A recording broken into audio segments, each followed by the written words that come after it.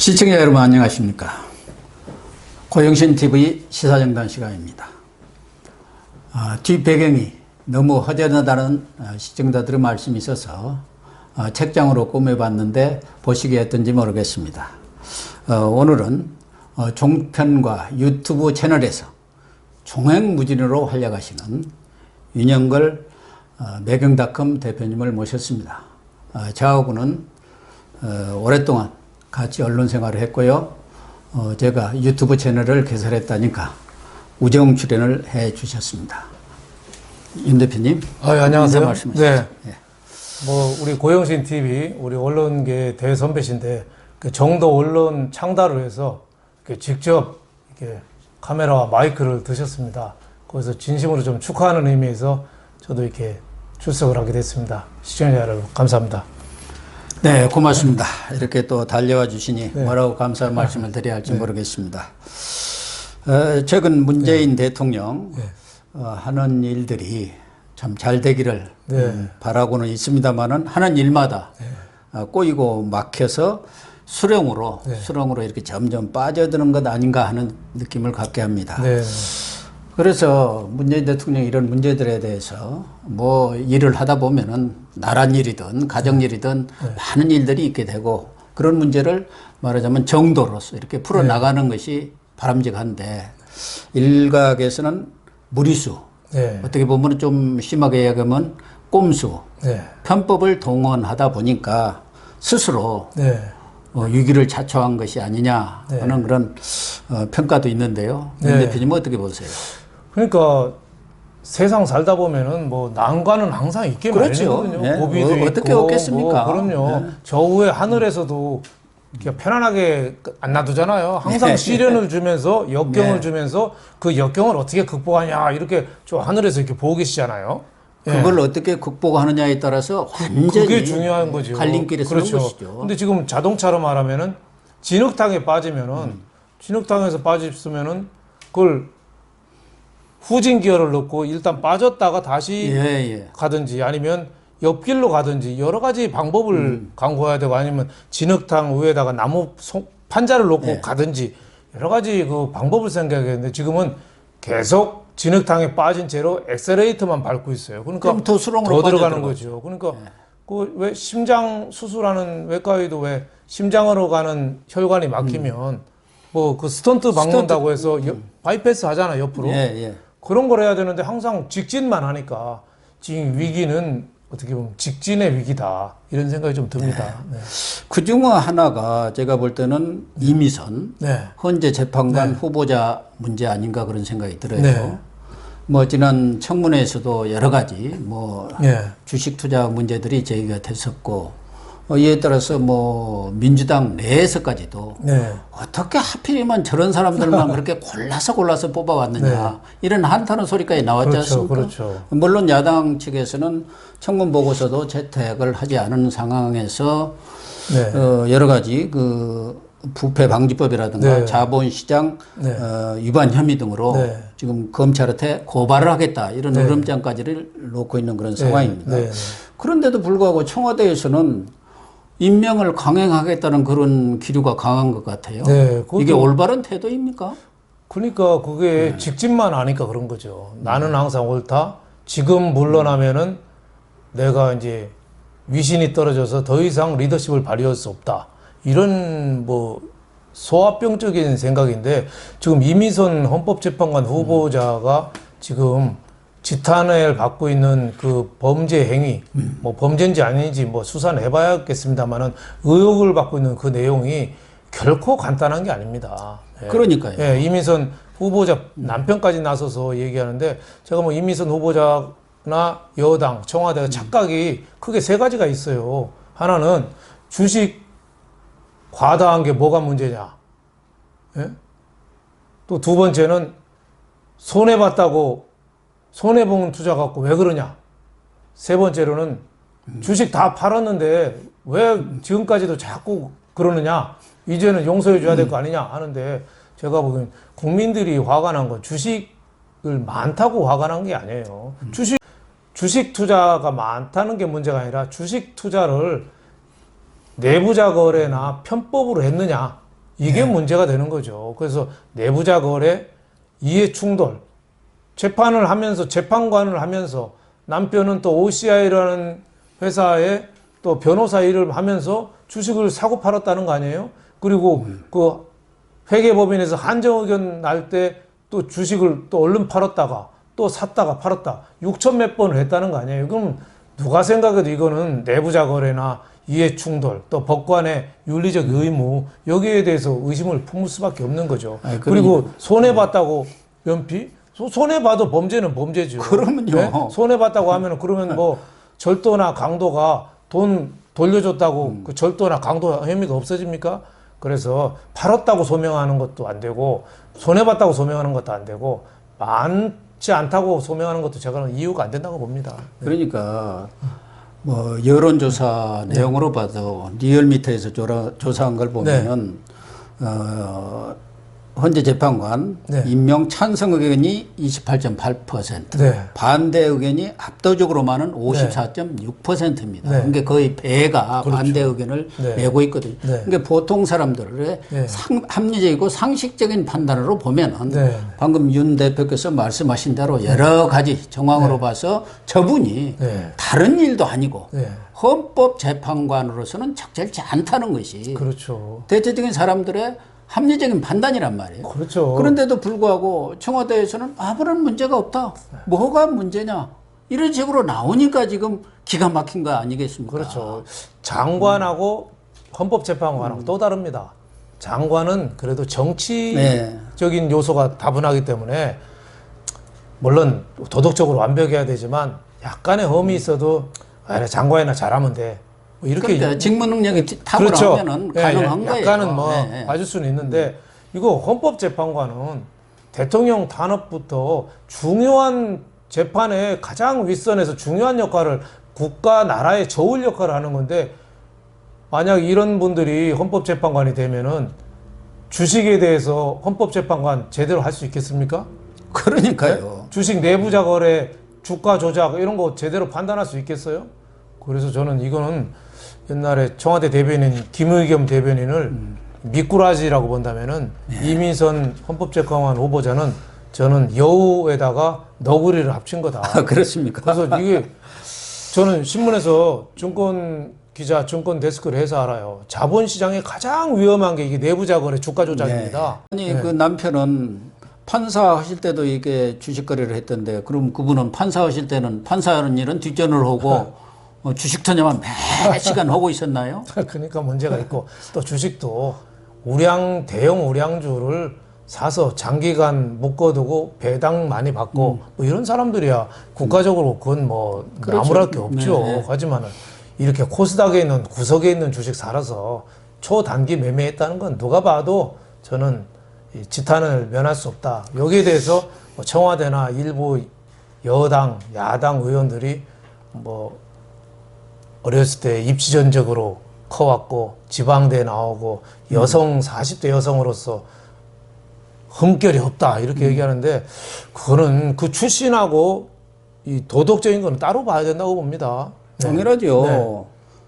아니 그것을 그런 감성적으로 접근해 가지고 이 문제를 풀려고 해서는 안 되죠. 그렇죠. 더군다나 재판을 하시는 것을 전공으로 하신 분 아닙니까? 그렇죠. 그건 정의와 평등 이런 부분에서도 아주 명확해야 하는 거거든요. 그런데 출신이 좀 뭐 한미했다든지 뭐 여성이라든지 이런 것은 고려 대상이 될 수 있는 것은 아니죠. 그렇죠. 그래서 저는 이미선 헌법재판관 후보자가 만약에 정식으로 임명되잖아요. 그러면 우리나라 민주주의가 심각한 위험에 처한다고 봅니다. 이 책을 보니까 독재자가 하는 게 3가지 스타일이 있더라고요. 첫 번째는 심판 매수. 두 번째가 상대편 주장을 끌어내린대요. 상대편 대표를 끌어내리고 세 번째는 경기 룰을 바꾸는 거랍니다. 그래서 헌법재판관을 자기 뜻에 맞는다고 해서 무리하게 임명한다? 그러면은 심판을 매수하고 경기 룰을 바꾸는 거라고 저는 똑같은 거로 봐서 단순한 뭐 내부자 거래를 떠나서 우리나라 민주주의의 근본을 저는 흔드는 거라고 봅니다. 또 하나 이번 사건을 보면서 뭐 많은 사람들이 이게 말이 되냐 하는 소리를 하는 것 중에 하나가 지금 후보자는 이미선 씨입니다. 이미선 판사. 이분인데 이분은 뒤로 뚝 아주 숨어버리고 예. 남편 오충진 변호사죠. 예. 그분이 나와서 아주 셀프 해명을 열심히 하고 있어요. 네. 근데 당연히 당사자인 이미선 후보자가 나와서 자기 소신도 밝히고 네. 설명할 것을 설명하고 해명할 거 있으면 해명하고 조치를 취할 거 있으면 조치를 취해야 하는데 이건 대리인이 나서서 하고 있는 거예요. 그러니까 대리 시험을 본다든가 대리 운전을 하는 편인데 그것도 청와대 법무비서관이 오충진 변호사한테 당신이 나가서 해명하시오 이렇게 했다는 거 아닙니까? 그렇죠. 거기다가 조국 조국 민정수석은 그 해명 카톡을 또 SNS에다 이렇게 퍼뜨리는 역할을 하고 있으니까 이게 도대체 말이 되느냐. 거기다 더 하나 웃기는 것은 그 오 변호사가 이번 사건을 뭐 폭로한 주광덕 한국당 의원한테 맞짱 토론을 하자 하는데 자기가 무슨 권리로 맞짱 토론을 하자는 겁니까? 그렇죠. 뭐 헌법재판관 후보의 남편 자격인데 그거 참 저는 좀 이해가 안 가서. 그러면 그분이 헌법재판관으로 아예 나서시든가 이분도 판사 출신 아닙니까? 학벌도 좋으신지 어쩐지는 모르지만 판사 출신이고 그러면은 나중에 헌재 재판관 되면 판결문도 대리로 써주실라나? 그래서 저는 이건 정치가 희화되는 거고 이거는 저는 우리 개그 콘서트 프로 있잖아요. 그 작가들이 굉장히 이 대목은 유심히 볼 것 같아요. 그럴 것 같습니다. 이 프로가 하나 나올 것 같아요. 얼마나 진짜 웃기지도 않잖아요. 후보자 남편이 나서가지고 내 마누라가 뭐가 잘못됐냐고 우통 벗고 나온 거잖아요. 예? 이게 동네 싸움에 내 마누라가 뭐 잘못됐냐고 우통 벗고 나오는 거예요. 진짜 어떻게 보면 참 그걸 또 청와대 민정수석이라는 사람이 그걸 또 퍼내려고 SNS에서 하여튼 참 우리 정치의 수준이 갈수록 떨어집니다. 그래서 이미선 후보자 남편이 정말 억울하면은 내년에 국회의원 출마하라고 그러세요. 그러는 게 좋을 것 그래서 같아요. 우리 마누라가 뭐 잘못했냐 해서 거기다 자기 사진을 조그만하게 넣고 그 부인 사진 크게 넣고 해가지고 하나 만들어서 돌리라고 그러시는 게 오히려 낫지 않나 싶습니다. 우리 주식 투자에서도 손절매라는 게 있지 않습니까? 그렇죠. 손해를 보더라도 더 큰 손해를 보기 않기 위해서 매매를 해버리는 것이죠.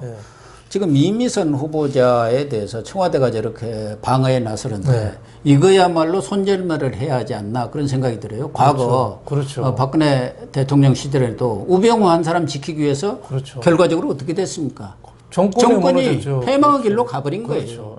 그래서 지금 제가 볼 때는 무슨 이미선 구하기가 아니고 결과적으로는 조국 구하기에 나선 거 아닙니까? 조국을 구하기 위해서 이미선이가 날아가면 거기에 따라서 책임지고 이번에는 조국을 지킬 명분이 없어요. 근데 대통령은 왜 그렇게 조국을 좋아합니까? 그러니까 하여튼 뭐 대통령이 변호사지만 경제에 대해서 너무 몰라서 그런 거 아닌가 싶어요. 이 내부자 거래라는 게 그 법조항에 거의 무기징역까지 살아야 되는 큰 범죄거든요. 과거에 중앙일보의 모 차장이 오래전이죠. 세제 없는 세탁기는 세탁기인데 세제를 안 넣고 물만 넣고도 세탁되는 거를 개발했다고 하는데 그거가 보도되기 며칠 전에 주식을 샀다 팔았다고 구속된 적이 있어요. 그게 내부자 거래가 그렇게 그 사소한 것 같지만 크거든요. 그거를 했는데 그런 범죄자가 뭐가 잘못됐냐고 하고 그거를 제대로 검증도 안 하고 후보자로 내세운 조국 민정수석에 대해서 견책이나 인책도 없이 그대로 그냥 끌어안기만 간다. 그거는 저는 참 큰 문제다. 얼마 전에 국무회의에서도 문재인 대통령 얘기했지 않습니까? 반칙과 특권의 시대를 반드시 끝내야 한다고 이렇게 강조했어요. 지금 반칙과 특권을 하고 있는 사람들 아닙니까? 그렇죠. 여기에 대해서는 오히려 대통령이 이렇게 감싸고 있으니 대통령이 특검이라든지 아니면 대검 중수부의 지시해서 샅샅이 한번 봐봐라. 이런 거야말로 진짜 지시를 해야죠. 도대체 뭐가 잘못됐나. 그래서 없으면은 헌법재판관 정정당당하게 임명하면 돼요. 그리고 정말 주가 조작, 내부자 거래 있으면은 부부를 빨리 재판에 넘겨야죠. 그래야죠. 그래서 일각에서는 조국 민정수석에 대해서 뭐 총선 내년 이제 총선이죠. 4월에 있는 거기 출마설도 나오는 것으로 봐서는 조국한테 그냥 내보내면은 완전히 흠집이 나니까 총선 출마용으로 이렇게 퇴로를 열어주는 게 한 것 아니냐. 그래서 뭐 무슨 부산 출마설도 나오고 그러는 것 같은데 조국 수석이 정치적으로 이렇게 사용 가치가 활용 가치가 많이 있는 겁니까? 저는 그거는 대통령 혼자 생각인 거 아닌가 싶어요. 그러니까요. 그만큼 뭐 인지도가 높은지도 모르겠고 그 폴리패스 아니에요? 예, 대학 폴리패스의 교수하면서 대부분이시죠. 계속 정치권에 끼우거리다가 어떻게 한 자리 차지한 사람인데 조국 수석이 대학교 교수로 있을 때 폴리패스를 가장 신랄하게 비판한 사람입니다. 네. 근데 본인이 폴리패스가 돼가지고 네. 아주 상징적인 폴리패스가 돼버렸죠. 그거라도 했으면 잘했으면 몰라요. 지금 여태까지 제대로 검증 못해서 국회 대대로 거치지도 않고 장관 되고 임명한 사람 10명이 넘잖아요. 그럼 대통령은 대통령 됐으면은 조국을 구해야지 조국을 구하면 안 되잖아요. 그렇죠. 앞에 조국은 나라 조국이고 뒤에 조국은 개인 조국이거든요. 조국을 구하려면은 조국을 치야죠. 조국을 구하려면 조국을 치야 됩니다. 저는 지금 조국은 우리나라의 문제가 조국하고 맞지 않는 사람입니다. 예. 뭐 명분상은 조국 수석을 그렇게 이렇게 그대로 두는 것이 말하자면 뭐 사법개혁이라든가 뭐 여러 가지 이유들을 대고 있는데 조국 수석이 있는 한 될 것이 아무것도 없어요. 그렇죠. 더군다나 지금 청와대 내에서도 많은 비리들이 지금 터져 나왔지 않습니까? 뭐 자기 밑에 있는 사람은 말할 것도 없고 뭐 최근에 경호실장 문제라든가 이런 것이 결국은 조국 수석의 일이에요. 공직기강 확립하고 그렇죠. 청와대 내부에 감찰하는 거. 그렇죠. 이걸 지금 거의 방기를 했다든가 묵인 방조로라든가 아니면 본인이 무능해갖고 그냥 뭐 무시를 했다든가 그런 것뿐이 될 수가 없는데 지금 일각에서는 부산 출마를 한다는데 제가 생각에는 그래요. 뭐 부산 분들은 어떻게 생각하실지 모르지만 고마해라 많이 해먹었다. 그 친구에서 나오는 대사 있지 않습니까? 많이 했다. 그런 거 아닌가 하는 생각이 듭니다. 어쨌든. 조국의 문제는 지금 뭐 버닝썬 거기 윤청경이라는 사람도 민정수석실 있잖아요. 그래서 그 손도 안 대고 있는 거예요. 그렇죠. 그것도 버닝썬 사건이 사실은 그 권력과 유착 관계인데 그거는 싹 없애고 뭐 연예인들 수사만 지금 집중하고 있잖아요. 그 뭐 승리하고 그 뭐 버닝썬이 뭐 겨우 경찰 152명에서 식품위생법 위반 정도 나온다는데 그 버닝썬 제대로 수사하면 버닝 문 될 수도 있습니다. 어쨌든 뭐 국회 청문회도 무력화하고 또 이렇게 5기 임명을 반복할 경우 문재인 대통령은 정말 빠져나오기 어려운 수렁으로 깊이 들어가는 거 아닌가 하는 생각이 들어서 매우 안타깝게 생각하고요. 또 하나는 문 대통령 가족들을 두고 지속적으로 이런 부설수 의혹 사건들이 터져 나오고 있거든요. 뭐 그 이전에도 딸 다혜 씨의 해외 이주 그리고 사위의 취업 특혜 의혹 이런 것들도 있었는데 뭐 청와대 측은 그런 것에 대해서는 사생활이니까 관여하지 마라. 왜 사생활입니까? 대통령 딸이라든가 이런 경우는 사생활일 수가 없어요. 중요한 분이기 때문에 공인이고 또 거기에 경호 인력이라든가 이런 것들이 들어가면은 결국 국민 세금이 투입이 되는 겁니다. 그렇다 보면은 국민들이 궁금한 부분에 대해서는 적극적으로 설명을 하고 해명을 해서 그러면은 그동안 시중에서 나돌던 여러 가지 소문 억직들이 다 사라질 거 아닙니까? 그거에 대해서 딱 침묵을 지키고 누가 이 얘기하면 입 다물어? 지난번에 뭐 곽상도 원재가 뭐 변명해 줄 이유는 없는 분이지만 이분이 그 가족 부분에 대해서 지속적으로 의혹을 제기했는데 민주당에서 그것도 쓰리 쿠션으로 명예훼손으로 지금 고발한 상태에다가 지금 또 김학의 전 차관 사건으로 또 수사까지 지금 받게 되어 있지 않습니까? 그러니까 역을 올가매는 건데 저는 대통령이면은 자기 사생활은 프라이버시를 주장하기 전에 모든 걸 공개해야 된다고 봐요. 그동안에 문다혜 씨의 경우는 너무 좀 많이 루머가 따라다녔잖아요. 뭐 왜 동남아로 이주를 했는지 그리고 연간 경호비만 해도 수십억이 드는데 거기에 대해서 설명이 하나도 없고 또 뭐 건강보험료를 또 체납했다든지 뭐 또 부부간에 문다혜 씨 부부간에 증여한 다음에 또 바로 팔고 갔다든지 여러 가지 또 궁금한 게 많아요. 그리고 또 그 뭐 일본의 무슨 고쿠시칸 대학이요? 그러니까 그것도 있죠 지금 우익 그 대학 다닌 거. 그러니까 그것도 지금 지난달 말이죠. 말에 일본 산케이 신문하면 뭐 보수를 대표하는 그런 신문이죠. 거기에 구로다 가스히로 특파원이 쓴 칼럼이 지금 문제가 되고 있어요. 거기 칼럼에 부인 김정숙 여사는 예. 부산에서 일본 전통 다도 맥을 잇는 예. 우라센케의 다도 교실을 열심히 다녔고 네. 방금 말씀하신 딸 다혜 씨는 네. 일본 우익이 세운 도쿄 네. 네. 고쿠시칸 대학에 다녔다. 이 고쿠시칸 대학은 메이지 유신 이래 네. 대륙 침략의 네. 그런 선봉, 향도 역할을 해온 네, 그렇죠. 우익 세력들이 세운 대학입니다. 네. 네. 근데 여기에 지금 다혜 씨가 다녔다는 거예요. 네. 그래서 저희들이 듣기에는 좀 기분도 나쁘고 네. 이걸 우리를 데리고 노네 일본 사람들이 이런 생각도 드는데 네. 문재인 대통령은 상당히 일제 잔재 청산 이렇게 하면서 반일적인 그런 성향을 그렇죠. 보이고 있는데 가족들은 일본을 즐기면서 친일적인 성향을 보인 거 이게 어떻게 된 거냐. 그렇죠. 그래서 한국에서는 문 대통령의 그런 반일적인 그런 행태에 대해서 관제, 민족주의다. 네. 예? 이런 비판의 소리가 나오고 있다고 이렇게 칼럼을 썼어요. 그렇죠. 이에 대해서도 사실은 청와대가 얘기해야죠. 사실이면 사실이다, 아니다 할지 그렇죠. 이게 명예훼손감으로 충분히 거리가 되는 거예요. 네.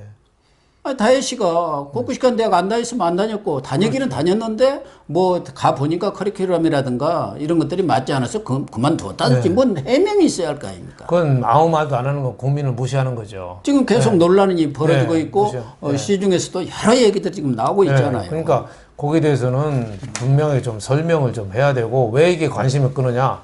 문 대통령이 역대 어느 나라 대통령보다 더 반일 정책을 고수하고 있잖아요. 네, 뭐 위안부 문제라든지 뭐 징용 문제라든지 여러 가지 반일 정책을 강하게 고수하고 있기 때문에 가족은 왜 이렇게 또 일본하고 가깝냐 국민들이 이게 궁금해하는 거예요. 거기에 대해서는 좀 해명을 좀 해야 되지 않느냐. 과거에 지난달에도 왜 청와대 대변인 그 김의겸 대변인 부동산 뭐 투기 논란으로 국민들이 그렇게 분노한 게 지금 청와대가 다른 역대 정권보다 또 부동산을 적대시했거든요.